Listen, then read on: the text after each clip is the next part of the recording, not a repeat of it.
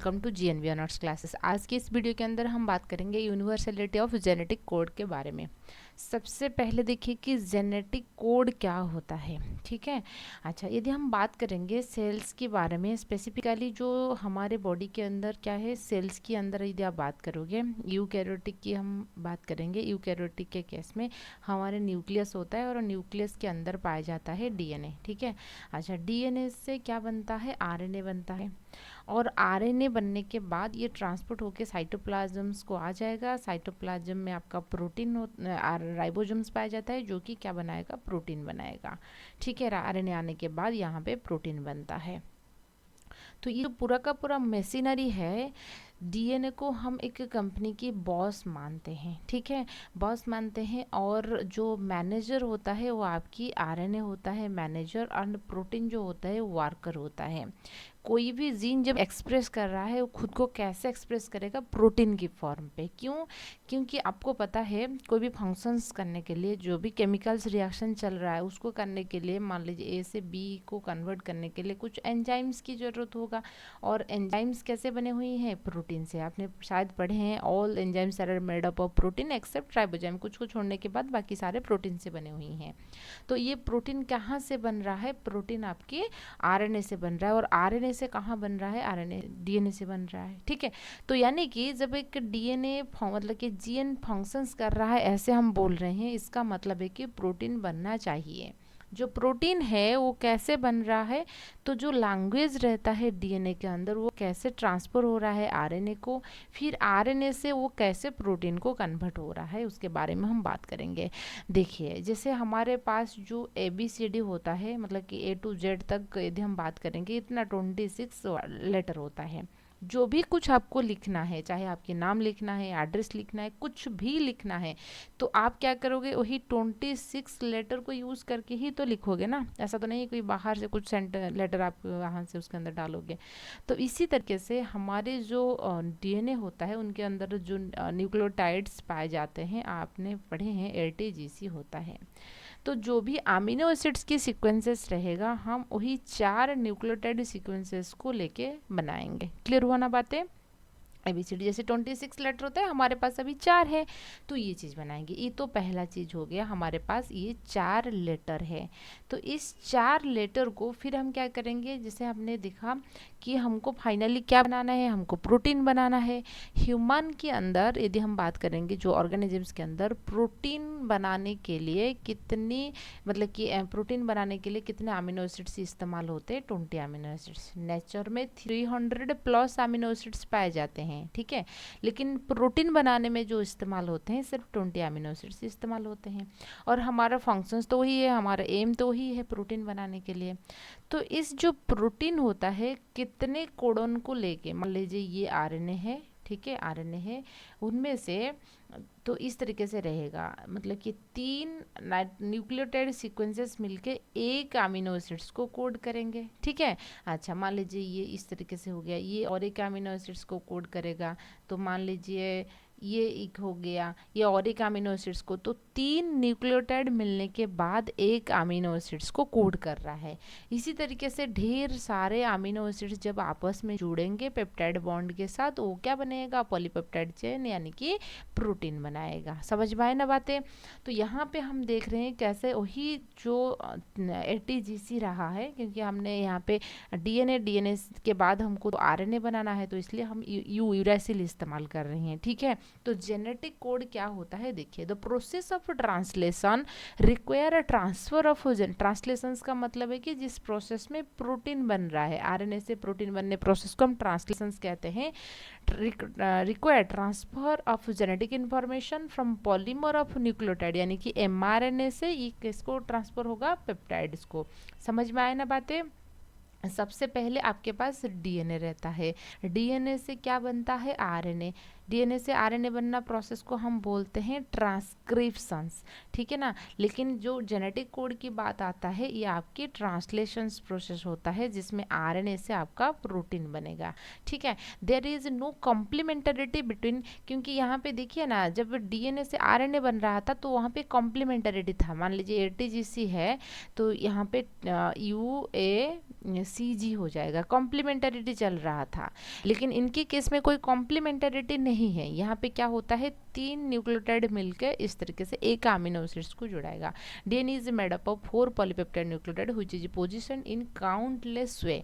तो ये जो 4 पॉलीपेप्टाइड चेन होता है, जो न्यूक्लियोटाइड सीक्वेंसेस होता है एटीजीसी, उसको हम परमुटेशन कॉम्बिनेशंस की मदद से करेंगे।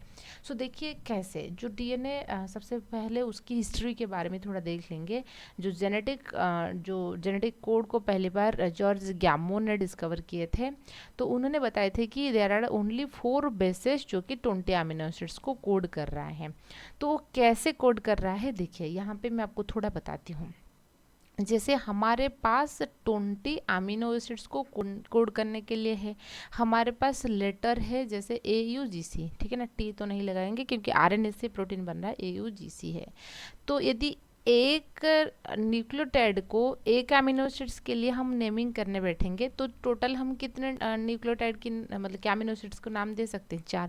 क्योंकि मान लीजिए A एक अमीनो एसिड्स के लिए नाम रहेगा, U एक के लिए रहेगा, ठीक है ना, G एक के लिए, C एक के लिए, तो कुल मिला के हम 4 अमीनो एसिड्स को की नाम दे सकते हैं, ठीक है।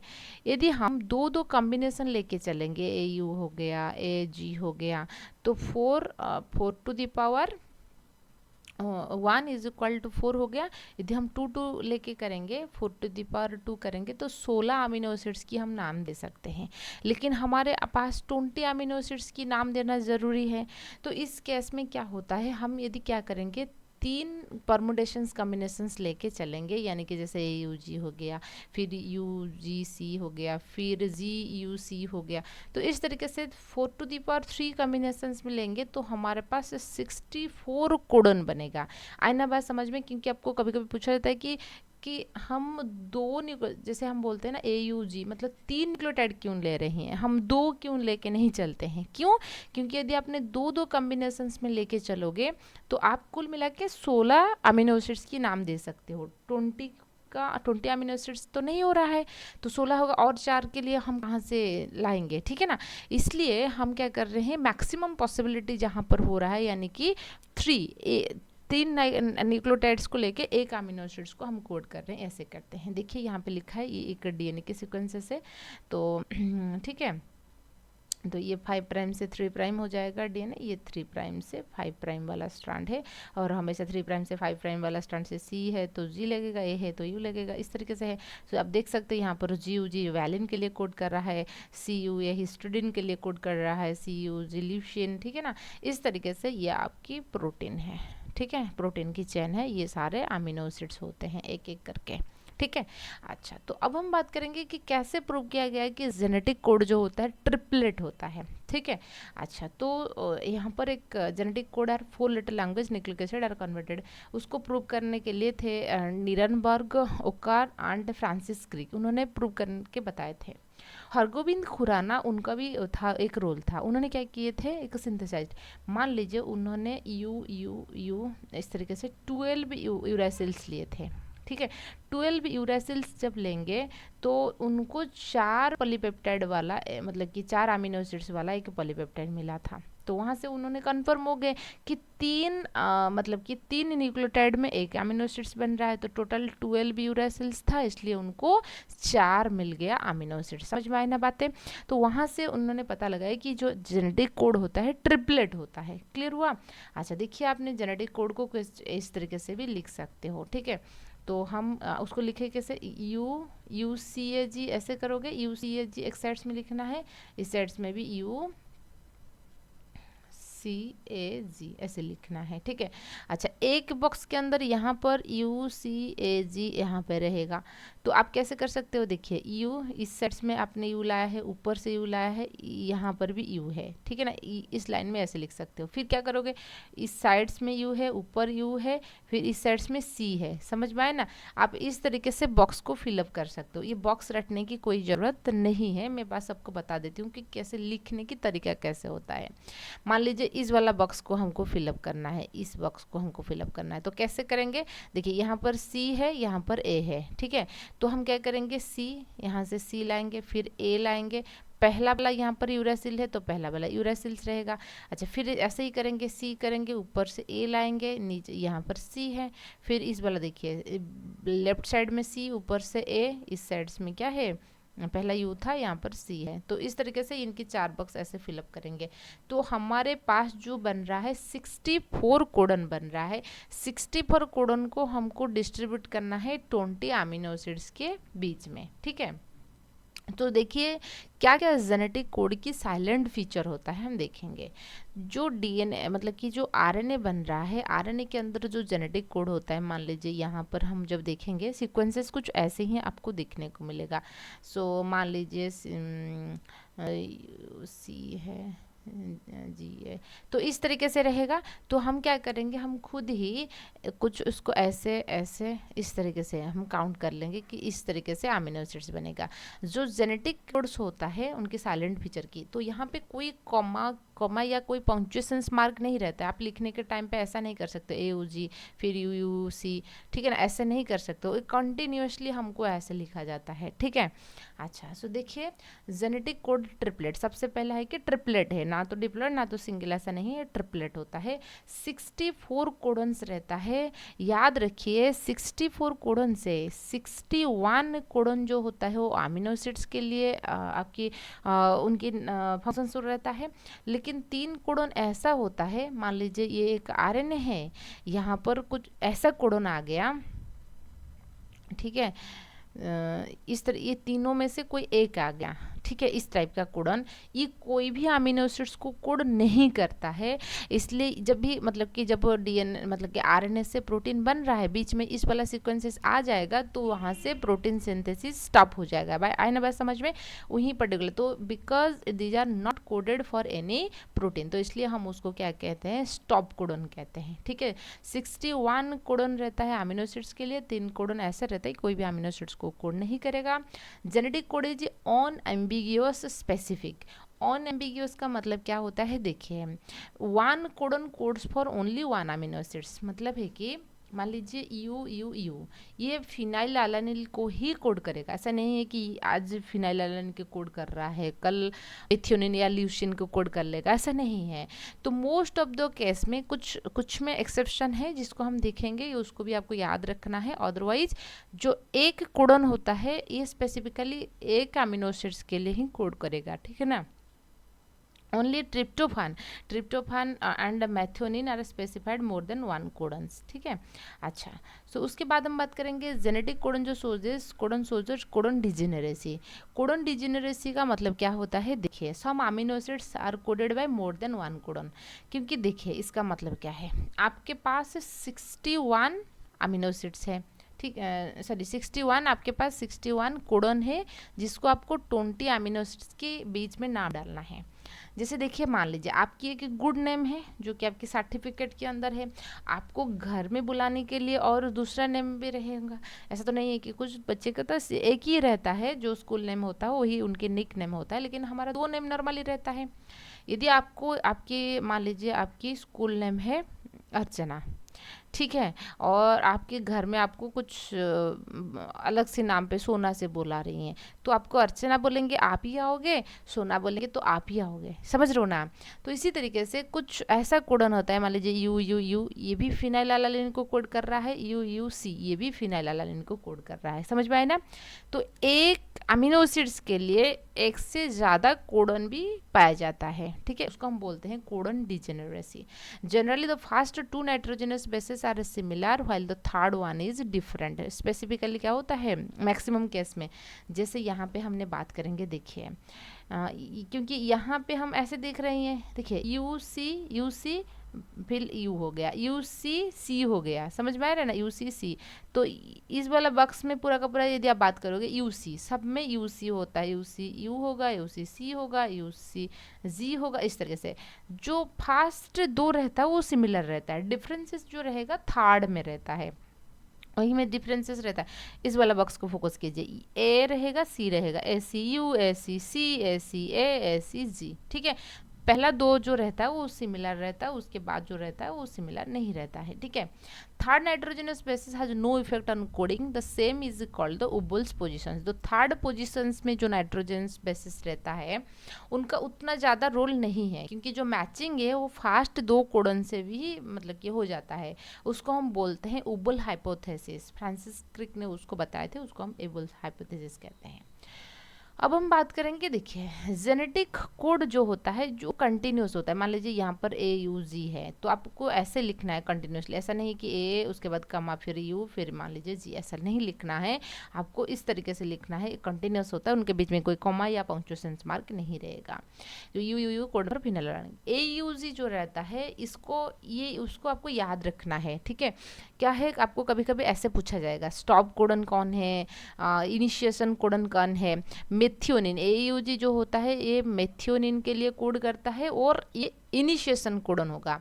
मान लीजिए कि आरएनए है, कहाँ से प्रोटीन सिंथेसिस स्टार्ट होगा, जहाँ पर एयूजी सीक्वेंसेस उसको देखने को मिलेगा, इसलिए उसको इनिशिएशन कोडन भी कहा जाता है। And stop codon, stop codon का मतलब क्या है, वो सीक्वेंसेस आ जाएगा तो वहीं से प्रोटीन सिंथेसिस स्टॉप, ठीक है। तो स्टॉप कोडन देखिए U G A U A U A G, opal ochre amber, ठीक है, ये नाम भी आपको याद रखना है, वो उनकी जो सीक्वेंसेस है उसको भी आपको याद रखना है। मैंने ऐसे याद रखा है, हुआ यू ए हुआ, यू जी ए उगा, यू ए जी, ठीक है, यू जी ए है, ये ए जी है, उलट गया, ठीक है ना। अच्छा, तो आप ऐसे याद रख सकते हो। तो ये होता है इनिशिएशन कोडन और ये होता है आपका स्टॉप कोडन, ठीक है, क्लियर हुआ। उसके बाद हम बात करेंगे जेनेटिक कोड जो होता है नॉन ओवरलैपिंग होता है।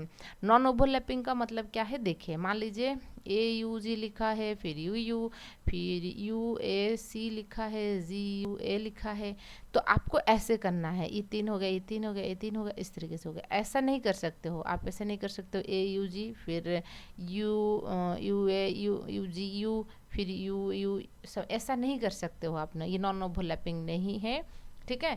तो नॉन ओवरलैपिंग ओवरलैपिंग नहीं रहेगा।